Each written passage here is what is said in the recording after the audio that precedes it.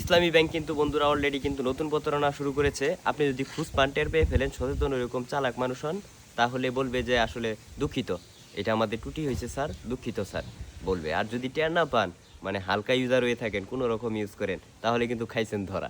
তো আমি কিভাবে আমার বাস্তব জীবনে কালকে ধরা খাইলাম, আজকে পর্যন্ত কিন্তু অপেক্ষায় ছিলাম যে ইসলামী ব্যাংক অবশ্যই টাকাটা ফেরত দিবে, কিন্তু ফেরত দেয় নাই।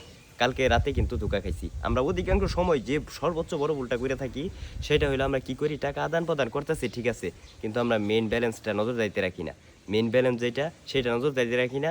সারাদিন উইথড্র করতেছি, ক্যাশ আউট করতেছি, এটা খেয়াল খেয়াল খেয়াল খেয়াল রাখি, কিন্তু মেন ব্যালেন্স খেয়াল রাখি না। এটা আমাদের চরম লেভেলের একটা বোকামি, চরম লেভেলের ভুল। আর এটার কিন্তু সুযোগ নিতেছে ইসলামী ব্যাংক। কালকে আমি নগদে এটা টের পাইলাম।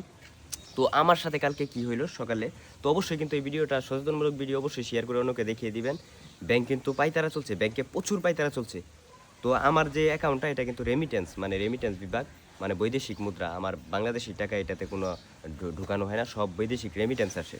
তো আমি এই রেমিটেন্সগুলো বিভিন্নভাবে নগদে, বিকাশে ফান্ড ট্রান্সফার করি, সেলফিনে জানেন যে সেলফিন দিয়ে ফান্ড ট্রান্সফার করা যায়, সেইভাবে নিয়ে কিন্তু ব্যবহার করি। তো আমার সাথে কালকে কি হইলো প্রতারণাটা, তো আপনারা যারা মোটামুটি ব্যবহার করেন তারা অবশ্যই বুঝবেন। আমি সেলফিনের ভিতর থেকে, যে ব্যাংক অ্যাকাউন্টের সাথে সেলফিন কানেকশন, সেই সেলফিনের ভিতর থেকে আমার সেলফিনের অ্যাকাউন্ট নাম্বার 88, লাস্টে যে নাম্বার, মোবাইল নাম্বার 88, নগদে 88। তো আমি সেলফিনের নাম্বার থেকে 1500 টাকা ফান্ড ট্রান্সফার দিলাম। জানেন যে নগদে ফান্ড ট্রান্সফার করা যায় সেলফিনের ভিতর থেকে। তো ফান্ড ট্রান্সফার করলাম নগদে, করার পর সুন্দর অ্যামাউন্ট চাইলো, অ্যামাউন্ট দিলাম, ওটিপি আসলো, ওটিপি দিলাম, পিনকোড চাইলো, পিনকোড দিলাম, অ্যামাউন্ট 1500 টাকা দিলাম। সুন্দর দেওয়ার পরে, পিনকোড দেওয়ার পরে হঠাৎ করে একটা ফেল মারার পরেও সমস্যা নাই, মারতেই পারে যান্ত্রিক ত্রুটির কারণে। ফেল মারলো, মাইনে নিলাম। কিছুক্ষণ পরে ঢুকলাম, নগদে ব্যালেন্স নাই। সেলফিনের ভিতরে ঢুকলাম, ইসলামী ব্যাংকের ভিতরে স্টেটমেন্ট দেখলাম, ব্যালেন্স কাইটা নিছে 1500, নগদে ব্যালেন্স নাই। কি ব্যাপার? পরবর্তীতে আবার 500 টাকা সেলফিন থেকে নগদে আবার ক্যাশ আউট করলাম, মানে ফান্ড ট্রান্সফার করলাম, যেটাকে বলে সেলফিনের ভিতর থেকে।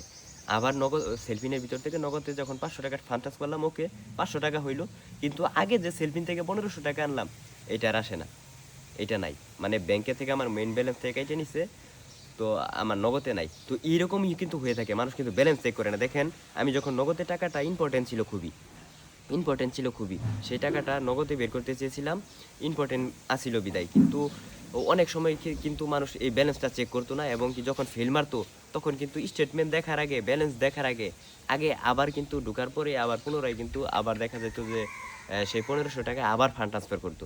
এতে কি হইতো, ব্যালেন্সটা কিন্তু সবসময় নজরদারিতে রাখা সম্ভব হয় না, কারণ অনেক ব্যালেন্স ভিতরে বেশি ব্যালেন্স থাকে, সবসময় নজরদারিতে রাখা সম্ভব হয় না। যার কারণে কিন্তু দেখা যাইত যে আমি 1500 আবার ফান্ড ট্রান্সফার করছি, কিন্তু আগে যে আমার 1500 কাইটে নিছে, এটা আমি খেয়ালে রাখি নাই, পরবর্তীতে স্টেটমেন্টও চেক করি নাই, বাস ওই 1500 তারা খেয়ে ফেলছে।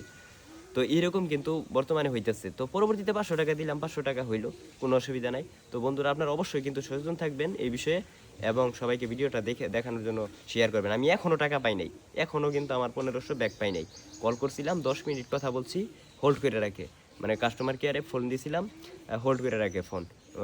আমার এখনও কিন্তু রেজাল্ট পাই নাই। কালকার সন্ধ্যার বেলার ঘটনা, এখনও কিন্তু আমার টাকা আসে নাই। এখন সকাল সকাল প্রায় সকাল হয়ে গেছে। তো সবাই ভালো থাকবেন, আসসালামু আলাইকুম।